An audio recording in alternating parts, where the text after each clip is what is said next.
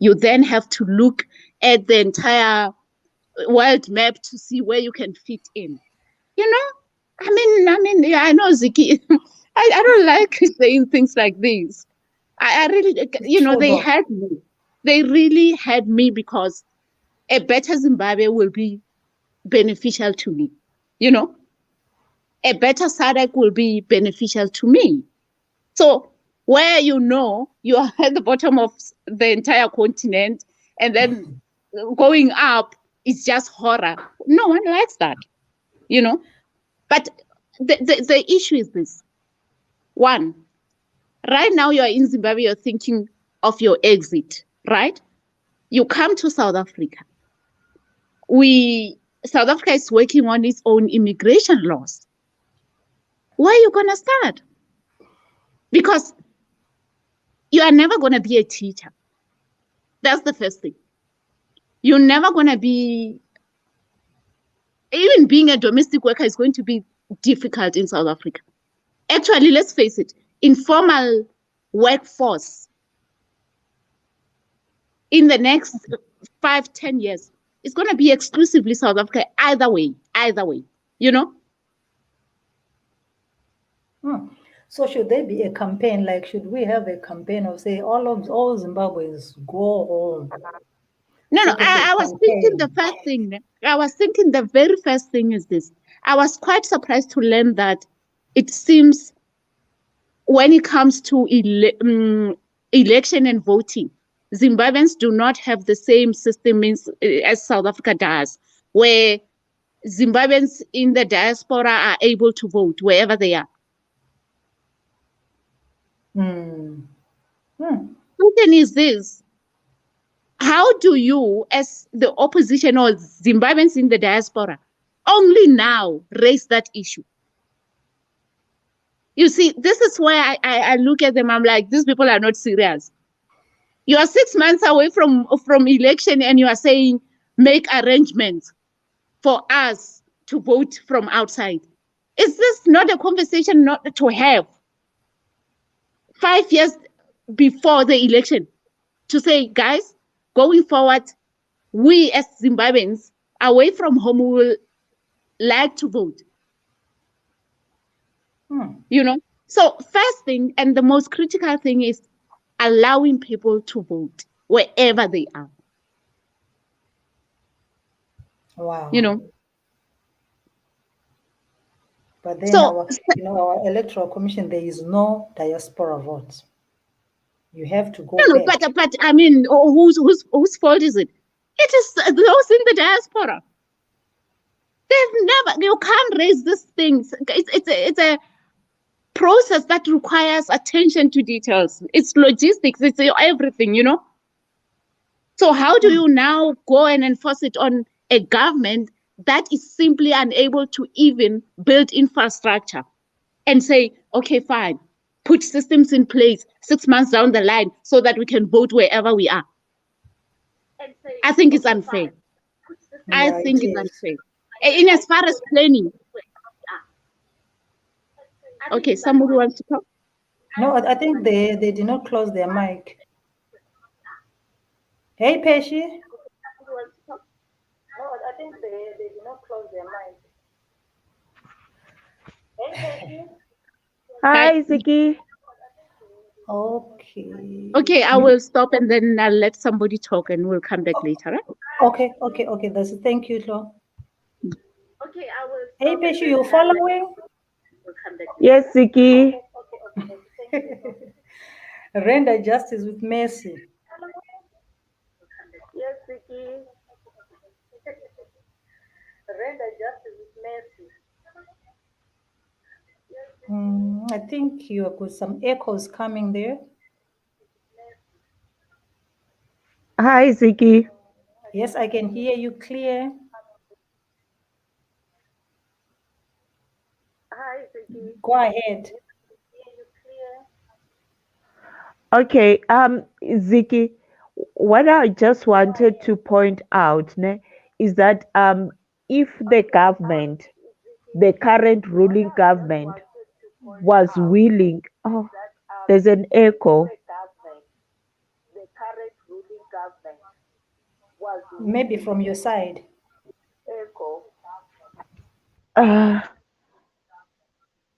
Okay, let me sign out and re-enter the.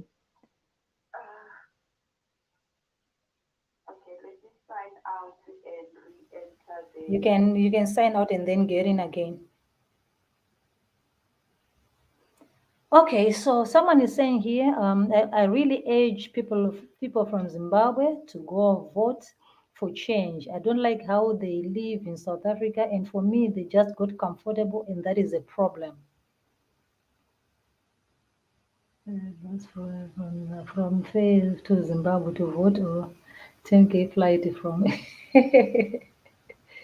Okay, let's see here. How can you live? Okay, so here's the issue here. Like we are saying, there is no diaspora vote. So that one is completely out. And we know that there are millions of Zimbabweans outside right now, and they have no intentions. We have no intentions. I'm among those people of going back to, to vote. We might want to go back to vote, but some people will look at different issues, that may stop us from going back to vote. Of course, we know people, maybe people who are in South Africa, like yesterday, I saw a groupings of people, coming in together, encouraging each other that we need to go and vote and this, okay. So I'm just hoping maybe those in South Africa who are a little bit closer to home to go and vote and this, okay. So I'm just hoping maybe those in South Africa who are a little bit closer to home to go and vote and this, okay. I have muted your mic. Okay, let me go back to flow others. I think, Patrick, you are having a problem with your mic. There's some echo too for you. Hi, Ziki. Okay, I said, did you come across that a group of Zimbabweans who were in South Africa? Is it yesterday? In Hillbrow. Is it On the in 16th. Hillbrow? No, I know about that. I know about that. I actually, yeah. But Okay, Pesci, can you try? Pesci is back. Let's see if she can try. Hi, Ziki. Okay, now you are clear. Okay, thank you. Thanks for allowing me to your channel again. Ziki, what I want to say, the problem is not with the people who are in diaspora or outside of the country. The problem is with the government itself, because when they know that the elections are coming, it's their prerogative right to make the arrangement. For instance, like here in South Africa, there is an electional act that was amended. I think it was 2023 or 28. The 2013 one was amended in 1998, including the regulation that gives all the South African citizens that has got a right to register to vote abroad, irrespective of your designation out there, is as long you've got your ID. And here in South Africa, to vote, you must be 16, not 18. Is as long you are 16 years and you've got your ID, you've got that right to vote. And with voting, yes, I understand, as I was saying on your comment earlier on, that politics, it's not economics. But to vote for the political party that you've got to believe that their mindset, they've got the power to be able to revive the economy of the country. Because right now, as we are speaking, there is no means with the ruling party, because they scream, they sanction things everywhere. And the people who are following the ruling party at the moment, they are all so, can I say, dumb? Or they are wearing the whole clubs, those things that are worn by the horses when they are when they are running, so that they cannot see on the side. They just focus on going forward. That's what they are wearing, because they can even spread propaganda so that they can protect the mess that is happening. And the other thing is that most of the Zimbos, they are not patriotic. They become comfortable wherever they land. And this nonsense of them having the mindset that is as long I'm an African, wherever I am in Africa, I call it home. Sometimes home is where your well-being. We are all Africans in the 54, if I can add Morocco and say 55 states or countries of Africa, we are all Africans. But who are you as an individual? Because believe you me, if you claim that you are an African wherever you are, if I go to Cameroon right now, I can't even speak French. How am I going to communicate just because they've got the same melanin as mine? Should I regard myself as them? They've got their laws and rules and regulations there, which definitely differs from where I come from. So it's like Zimbabweans are forcing themselves in each and everybody's life or each and everybody's country, which is wrong. For you yourself, Ziggy, you cannot tell me that you are comfortable in China. There No, is I'm a not. day that you Trust you wake me. up in the morning and be like, you know what? I'm missing home. Home is where your heart is and where your DNA and where your well being as a human being starts from. So, no Zimbabwe is comfortable wherever they are, believe you me. You can ask No. Zimbabweans that are in the States, in the West. They will tell you the challenges that they are encountering. They will tell you the challenges that they have in living with other people there. Their living conditions, others are not even in good states. Here in South Africa, you will hear them saying South Africa has got slums, have got shacks. You go to those squatter camps. How many people, how many Zimbabweans are owning those squatter camps? Are they in the Mikukus? You leave your home, back home, and then you come and live in a zinc house. Most of the people who are in squatter camps in South Africa, they build them RDP houses. Others end up having 2 to 3 RDP houses and end up asking them to come and rent in those squatter camps. So, what kind of a life are you building? Not for you, for your future generation. What are you going to say to your children when your kids one day ask you, mom or dad, what did you do? Oh no, I ran away. Oh, what's that? I don't get it. Seriously, I don't get it. You know, on June 16, seeing the Triple C members being so passionate, even if you know, I don't know. Maybe it's because us here in South Africa, the way we are so robust when it comes to the politics and to fight for what we stand for, we show it. That oomph is there. They were there. They came out in numbers, but it was not. You couldn't see or read it in their eyes that these people are fighting for something. There's something lacking. And you know what came to my mind? Mm. These people, they easily get tortured when they express themselves. In Zimbabwe, you cannot express who you are freely. You will be arrested with immediately. You can be tortured in any ways. Hmm. You see?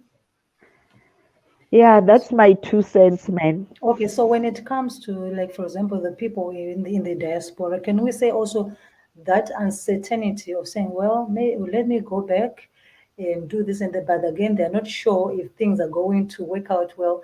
Maybe it comes back to what you spoke about, being unpatriotic or not being willing to sacrifice for your country and only wanting to make sure that you are okay with your family, with the little ones, those who are close to you only, and you forget about the greater picture of fighting for your own country. You know what, Ziggy? With that question, it tells you clearly that most of the Zimbos, they are so selfish in such an extent that they think of themselves. Right now, we are not talking of an individual. We are talking of a nation. You see, here in South Africa, when the one person can say, all of us, we're gonna go outside, we're not gonna ask is as long we know what is the cause of going outside there on the street. We don't care who's going to die. When you die, you'll be dying for a cause.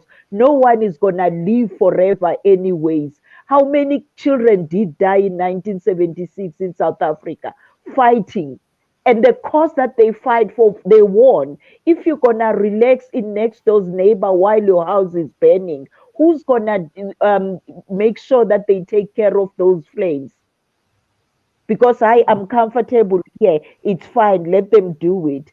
It doesn't work that way. And you see, as what is her name? As she said before, that I also feel sorry because Zimbabweans, they can sit back and be like, ah, we will wait for December and then nothing is going to happen.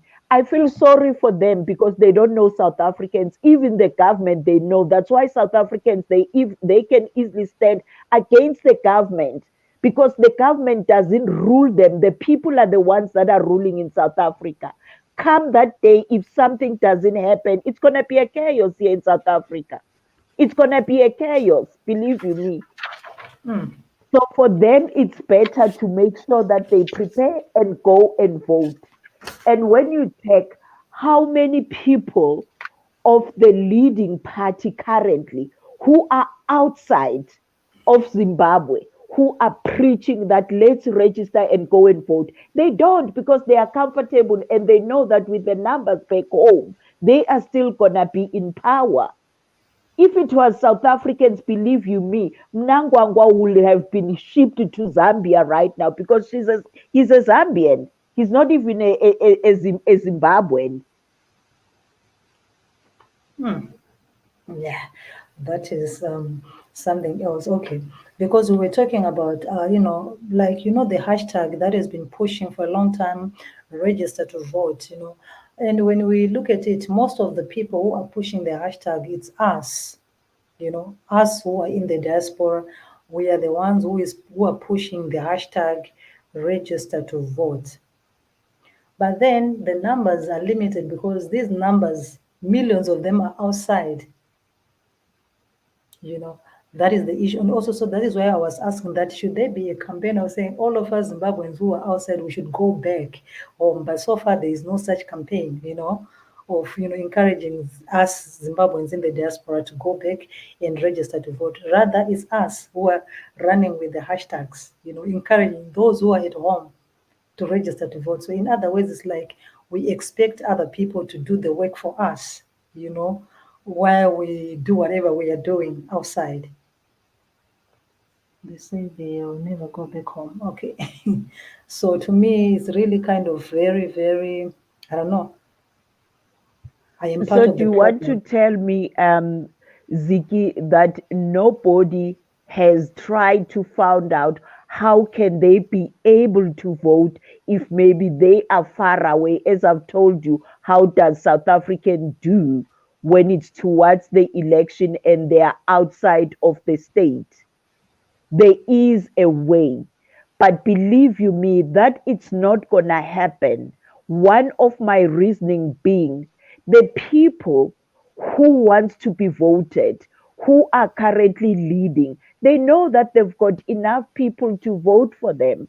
And if the Zimbabweans are so intellectual, they should have been like, you know what, let us just bond with the other small parties and form a big party so that they can move the party that doesn't do anything for them.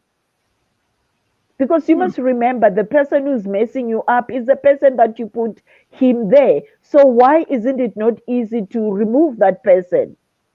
Can't you see your neighboring country, South Africa, what they are doing? No, since the freedom here in South Africa, nobody has run the parliament for more than 10 years or 20 years, let alone 40 something years.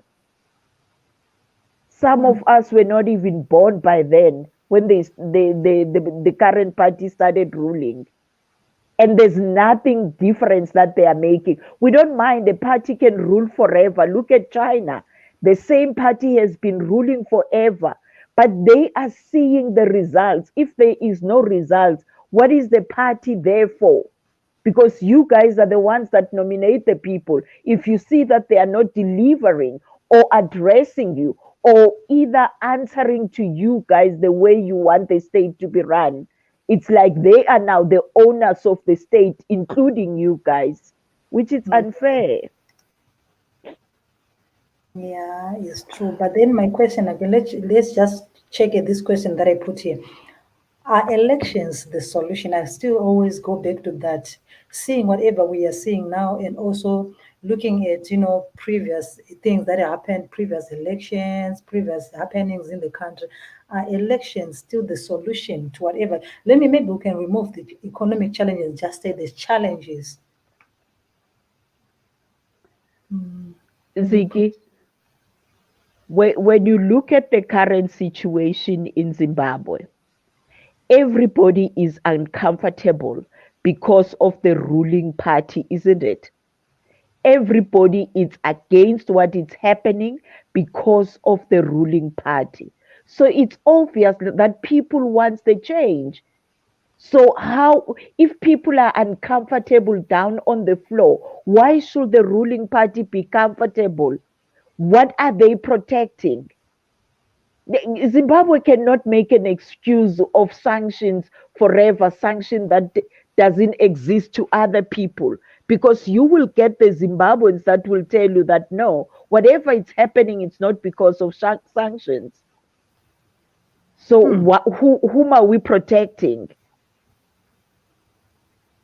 Wow, interesting. Welcome, Patrick. Hello, Ziki, how are you doing? I'm doing good. You're welcome. What's your contribution? Thank you so much for welcoming me. As usually, I always come late, so it's unfortunate. I don't know what's happening these days. I always try to catch up with the live stream, but I find it very difficult. You are here now. That's what is important. Yes, that's true. That's true. Yeah, I'm just trying to catch up to what you've been debating so far, and okay, I just heard that the mama that was talking right now. She said so many things which which I did try to catch up from what you were saying. Can you just please just try to rephrase me to what you were talking about before I start to? Okay, we are talking about the upcoming elections in Zimbabwe, Yeah, yeah, and yeah, the participation of the diaspora. Should people yeah. go back home to vote? All this kind. Oh yeah. Okay, I think I got it. Yeah. I think that election, that upcoming election that is about to take place in Zimbabwe, it's the most important issue for the country of Zimbabwe, since we all know as a continent what has been happening in Zimbabwe, what Zimbabwe's been through so far. So I think that even though I'm not really sure if this upcoming election will be a breakthrough for Zimbabwe, whether the ruling party or all those other parties that's against the ruling party, whether they win or not, will there be change? But we do pray as a continent that Zimbabwe, the change do come. The change do come, because we know that they've been suffering for so long. It's painful for all of us as a continent. It's painful for me as someone who as a young person who has been who has been reading so much about what's happening in Zimbabwe. I've always had friends that come from Zimbabwe, and they've been sharing the story of what has been happening in the country, and it has been one of the saddest things for me, to know that there are still countries in our continent that's still suffering, the same way as Zimbabwe. But just I do hope that this upcoming these upcoming elections will bring change for the country. And yes, I heard of people that they are complaining, let's say, about this diaspora voting. But my issue is that I'm not really sure why the people are complaining about the fact that there are people here in South Africa. There are people of Zimbabwe whom are here in South Africa that are voting here, and they, instead of going back home and vote there. I'm not really sure why they're complaining about that, because we do know that they are here to to make the ends meet, but of which I think it will be difficult for them to go back home, then come back here again.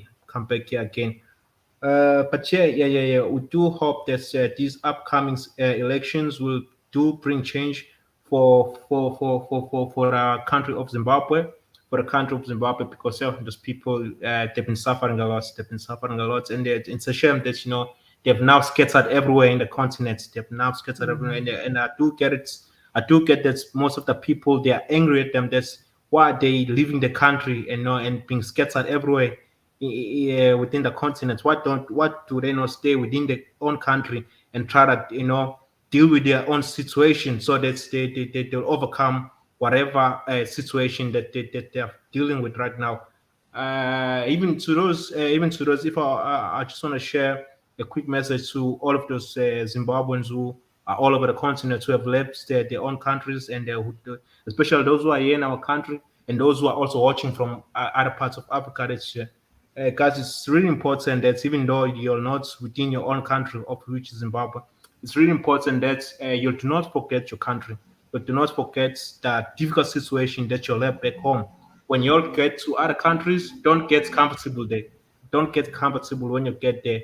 Make sure that when you get to other countries, whatever opportunities that you'll get there, try to use those opportunities to bring change within your own countries, because being comfortable into other people's country and end up forgetting about your own country, that will never bring change into your own country. That will never bring change. But instead, what we'll see the same thing that's happening now, which is xenophobia. We'll keep on seeing more and more of other countries attacking the Zimbabwean people because we do know that most of the countries in Africa, they are suffering. They're suffering. They're suffering when it comes to economy. So yes, I do pray that the Zimbabwean people do fight for their country, even though they've scattered to other countries, even though they've migrated to other countries, but they should never forget their own countries. They should never forget their own countries, especially that the difficult situation that they left back home. So that's that the new generation or the next generation to come will not face those difficult situation that's they left home. So that Zimbabwe will also become one of the countries that's a way to believe within by any other human being. You see. So yes, we do pray that this new election that's about to take place will bring change to Zimbabwe. I also do pray that even us, the African people, we should try to help Zimbabwe, because we do know the situation that Zimbabwe has been through, especially the sanction that. So how can you like what you're saying, that you should also try to help Zimbabwe, especially when we're looking at the upcoming elections? How can the other No, neighboring countries assist Zimbabwe? In what way? I you know one okay. I think we should try to encourage them more. That guys, especially because you do know that about this sanction that you need. The main reason that Zimbabwe is facing is facing this worst situation that is facing right now. It's because of the sanction that the sanctions was the main purpose, was the main reason that started this whole thing in Zimbabwe. So I think we should encourage them more. That guys, you should never forget your own country. You should never look down on yourself. You should never, you should never give up on your country, no matter what you're dealing with, no matter what you're facing with. Because one of the things that I see right now, not just in Zimbabwe alone, but us as an African, especially black people, there's I think there's this huge mistake about us, about black people, because us as black people, we are always independent. We are not dependent, but we always depend on other people. We always depend on other people. We do not depend on ourselves as black people. We always want other races to come and bring change within our own countries, and that is such a shame. And with that mentality, as black people, we could never have freedom. We could never have peace. We could never have peace, because we are all. I think that is one of the main reason that Zimbabwe is not changing right now. It's not changing the situation, because I feel like they still they're still dependent. They're not independent, but they're still dependent. They still have that mentality that maybe some other people from other countries will come and bring change, within their own country. them themselves, they're not worthy enough to bring change within their own country. And same thing here with even here in South Africa as well, as seeing that their truck drivers, they've been striking, that they're sick and tired of foreigners, taking the jobs. But then you take a look. Most of the truck drivers are Africans, and most of them, they are being employed by other races, not black people, but by whites, Indians, Chinese. There are very few. Black people on those trucks. You see. So you take a look at now you take a look at the situation. You get to see that black people, they're still dependent. They're not independent. They're still dependent. They still depend on other people. They haven't reached that milestone where they could also see themselves as businessmen, as people who can also create job opportunities for themselves. So I think that's the one way we should also encourage as Zimbabwe. That, guys, you should also, even though you are not within your own country, but whatever opportunities that you are getting on those other countries, but you should use the opportunities, as a way to fight for a change, for your country. Don't just get into those countries, to those other countries, and just settle there and just, be on a comfort zone and forget about the struggle that you left home. But try to use the opportunity to bring change within your own countries, because running away from your country, and forgetting about the struggle that you left back there, there's nothing that's gonna change, because one day, if you're not in your own country, as even if you're not in your own house, let's say you have visited your cousin or you visited your friends, it's not easy for you, to have that sense of peace within that. I'm in my own house. Yeah, I can be able to wake up early in the morning, have a breakfast, and do whatever, because that this is not my home. This is not my home. So same thing with Zimbabwean people. They should never have that sense of feeling that now, okay, I see that I'm in South Africa now. I have this job, this specific job. I'm happy with my salary. I'm happy with my my condition. With my current life, my current situation. I should never have. Okay. Okay, so you mentioned the issue of sanctions, being part of the problems, okay, because of the problem. But you know that when it comes to the issue of sanctions, Zimbabweans themselves, they are divided. We still have Zimbabweans who say sanctions are not the problem in Zimbabwe. We still have. Yeah. That is one thing that's that is some of the. That was one thing that I also wanted to encourage the people who are commenting here. That's first, it will be good for us, especially as individuals who are not from Zimbabwe, to also study the history of Zimbabwe, from its core. Try to get to the bottom of it. Try to understand from the beginning of the sanction till onwards, to its current state. As you're saying now, that there are people that are saying that the sanctions are not the main, and not the main cause of the situation of Zimbabwe. Yes, I've always wanted. I also wanted to study on that. I've always wanted to know why are they saying that, because seriously, I'm clueless. Why there could be someone who could say that the sanctions are not the main reason that Zimbabwe it's on its states that it's facing right now. Can you just share with me that? So why are they saying that? Okay, I can do that, but let me ask if anyone in the stream is able to answer you. Thank you so much. Hi, Ziki. Hello, hey. I actually wanted to just say, in as far as sanctions, I think, is it Patrick? Is it Patrick? Yes, yes, ma'am. Right. Patrick should elaborate on the different types of sanctions and what are the applicable sanctions which are current, which everyone is talking about. Remember, as far as I understand, there are economic sanctions. There are sanctions that are basically bestowed on leadership structure. And at the current moment, in as far as Zimbabwe, that is where the issue is. Initially, it was economic sanctions in total, right? But those that have got the powers decided, no. This is affecting your grassroots people, right? Because of movement and economics and all sorts of things. Then they later on, this actually, if you go on Google, you will find a list of leaders, specifically ZANU-PF, obviously, leaders, and not everyone, who has sanctions. So those sanctions goes as far as traveling sanctions, family connection, movement of those and your family members. So I disagree in total when you are saying the issue is sanctions. Totally. I disagree. What does the movement of Mnangagwa have to do with economic development in Zimbabwe? Actually, he should be kept in Zimbabwe. He shouldn't be moving.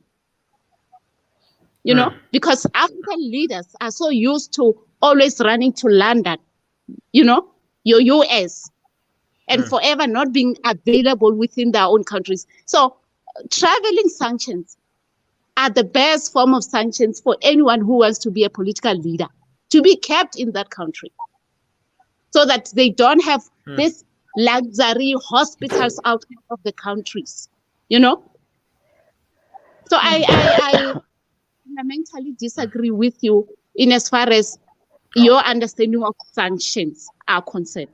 And further, you know what, my sister? I echo your views, because we all know that I think it was 2003, when the sanctions were imposed to Zimbabwe, it was definitely an individual sanctions, and they are entities. It has got nothing to do. And we must also check, why were the sanctions imposed on Zimbabwe? Why? Because there's only one thing which is still currently happening: human rights. So why don't the government change how they are treating their citizens? Because if they don't change that, nothing is going to be done. And it's not only Zimbabwe. Let's look at Cuba. Cuba has been under sanctions for how long? Do you find Cubans all over? No. Cubans are there fighting people, other countries, other people from other countries. They will even go to Cuba, go and study, go and work there.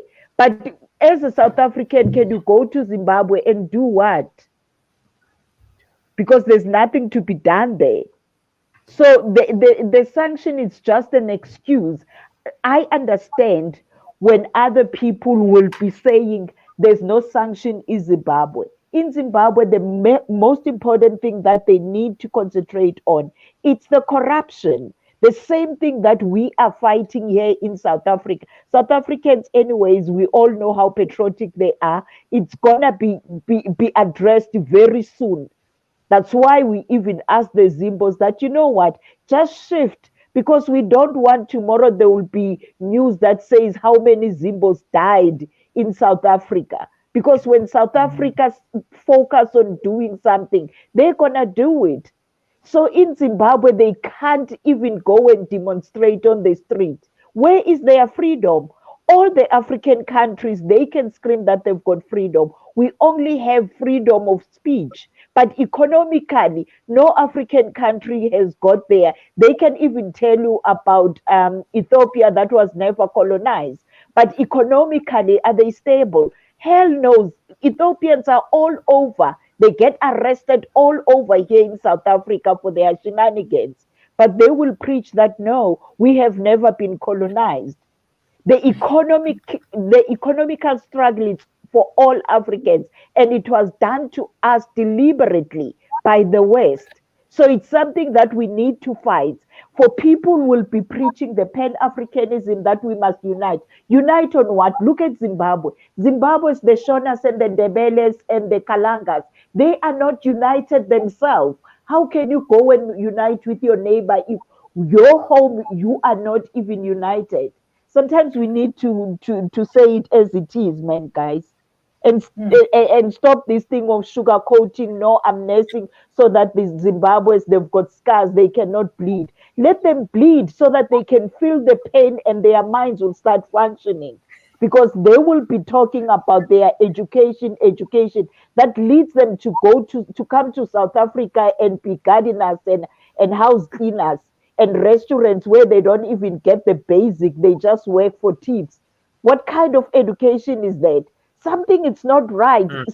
You know what? The day when Zimbabweans stop lying to themselves, that's the day they'll be able to get the help. Because you must remember, if you go outside there and preach how rich you are, while you know that back home you go to bed without eating, that's a problem. And it needs to be addressed until they wake up in their lying slumber beds and be honest with themselves first. Then something will come up. But for now, and you know what, my sister, to correct you with the more blessing Ali thing, we cannot say it's not political. Where did they find more blessings body? Let's start there. Where did they find it? Do you want to tell me that for so many days, those people, with the mother of Simba, were not using the well for so many days? Anyway, it's not the topic of today. I just wanted to correct you there. It is politically connected. Thank you. I just wanted to add something, right? In as far as sanctions. To just confirm the point that I was making as far as individual leaders that are on sanctions, right? If you go and you Google, you will find this list. You will also know that the wife of the former president, Mugabe, was recently removed because she no longer yields any political power, right? So it really talks to the issue of these sanctions is a lie. If you check in the past month, I'm talking this May, there has been quite a lot of loan and investment loans coming from the European banks. I mean, that's impossible. That a European bank will now be lending to the Zimbabwean government when they have economic sanctions. There's nothing of the sort in Zimbabwe. That makes. And I will now leave it. Patrick, are you answered? Yeah, I was about to say,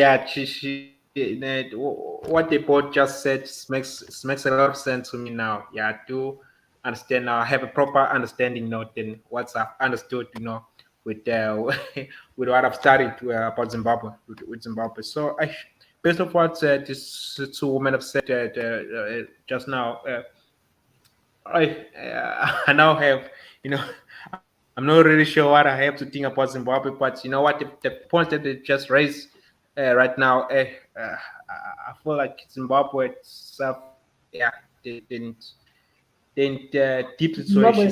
Zimbabwe's situation. The Zimbabwean situation is very complicated because we are not talking of we are not talking of something that has just happened overnight. We are talking of decades and decades, of things piling up, all these burdens on top of one after the other, after that, to the extent that the Zimbabweans, like, this is why another issue, see, like, most of these Zimbabweans will just think, like, maybe if I just sow tomatoes and let my family survive, you understand? That kind of thing that is now become something normal for Zimbabweans. Like, you just feel like, let me just sell tomatoes to just make sure my family is, because, when we were talking, like, this is why I was asking about elections and, yielding the desired result. What if they don't yield the desired result of changing whatever people expect it to change? What then? Yeah, but really, you need to remember that Rome was never built in one day. Let's say, for instance, the ZANU PF gets kicked out and a new political party takes over. You must remember they're not going to fix the entire mess that has been done for decades in Zimbabwe.